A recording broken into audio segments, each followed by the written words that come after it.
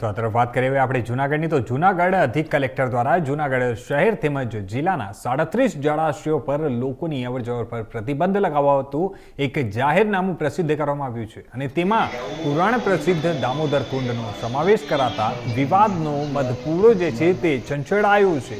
જિલ્લાના ડેમ નદી વિસ્તારમાં કોઈ અનિચ્છનીય બનાવ ન બને તે માટે આવા વિસ્તારમાં લોકોની અવરજવર પર પ્રતિબંધ લગાવાયો છે અને તેની સાથે જ દામોદર કુંડમાં પણ સ્નાન માટે પ્રતિબંધ લગાવી દેતા વિવાદને સીધું આમંત્રણ આપ્યું છે।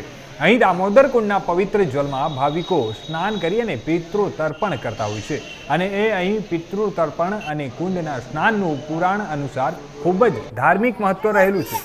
તેમજ આ પ્રતિબંધને લઈને ભાવિકોમાં પણ ભારે રોષ જોવા મળ્યો રહ્યો છે।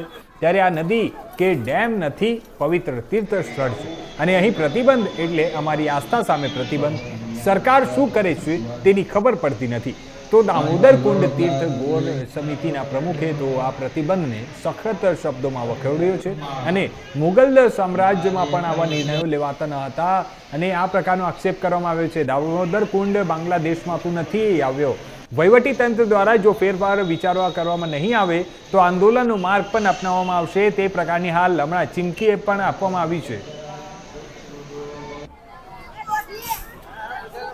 તરફથી મળેલ દરખાસ્ત મુજબ કુલ 37 જળાશયોના પાણીમાં ન ઉતરવા બાબતે તારીખ 5/8/25 થી 3/10/25 સુધી જાહેરનામું બહાર પાડવામાં આવેલ છે, જેમાં દામોદર કુંડનો પણ સમાવેશ થયેલ છે।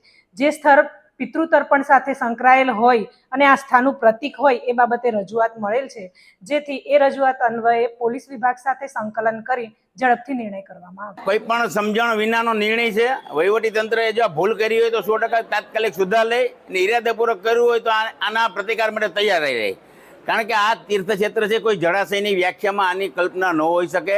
આ પ્રસિદ્ધ પુરાણ દામોદર કુંડ તીર્થક્ષેત્ર છે। લોકો દૂર દૂરથી ભાવિકો આ તીર્થે આવતા હોય છે, સ્નાન કરતા હોય છે, પોતાના પિતૃને તૃપ્ત કરતા હોય છે અને જે નરસિંહ મહેતાએ જે ભગવાન ભક્તિ કરી એ ભગવાનનો મહિમા ગાતા હોય છે। એટલે જો આવી ભૂલ હોય તો સુધારવાની નહીં હોય તો આંદોલનના માર્ગે અમે જવા તૈયાર છીએ। કારણ કે આ તીર્થક્ષેત્ર છે, એની બદનામી અમે હર હાલમાં દામોદર કુંડના બ્રાહ્મણો તેમજ આ સનાતન ધર્મપ્રેમી જનતા જરા પણ સંગન નહીં કરે। કારણ કે આ કોઈ બાંગ્લાદેશમાં આવેલું તીર્થક્ષેત્ર નથી। આ હિન્દુ રાષ્ટ્રમાં આવેલું ભારત દેશમાં જૂનાગઢમાં આવેલું દામોદર કુંડ તીર્થક્ષેત્ર જે સૌરાષ્ટ્રની ગંગા તરીકે પ્રસિદ્ધ છે। એટલે આમાં આવા કોઈ તગલકી નિર્ણયો માન્ય રહેતા ન હોય। આ કોઈ મોગલ શાસનમાં આવેલું તીર્થક્ષેત્ર નથી। એટલે તાત્કાલિક ધોરણે આ જે કંઈ ભૂલ હોય એને સુધારો અને લોકોની ભાવના લાગણીને ઠેસ પડે એવા નિર્ણયો પાછા ખેંચો। પણ અહીંયા પ્રતિબંધ લગાડેલો છે તો અહીંયા પ્રતિબંધ ના હોવો જોઈએ। અમે પિતૃ કાર્ય માટે આવ્યા છીએ, પિતૃને તર્પણ કરવા અહીંયા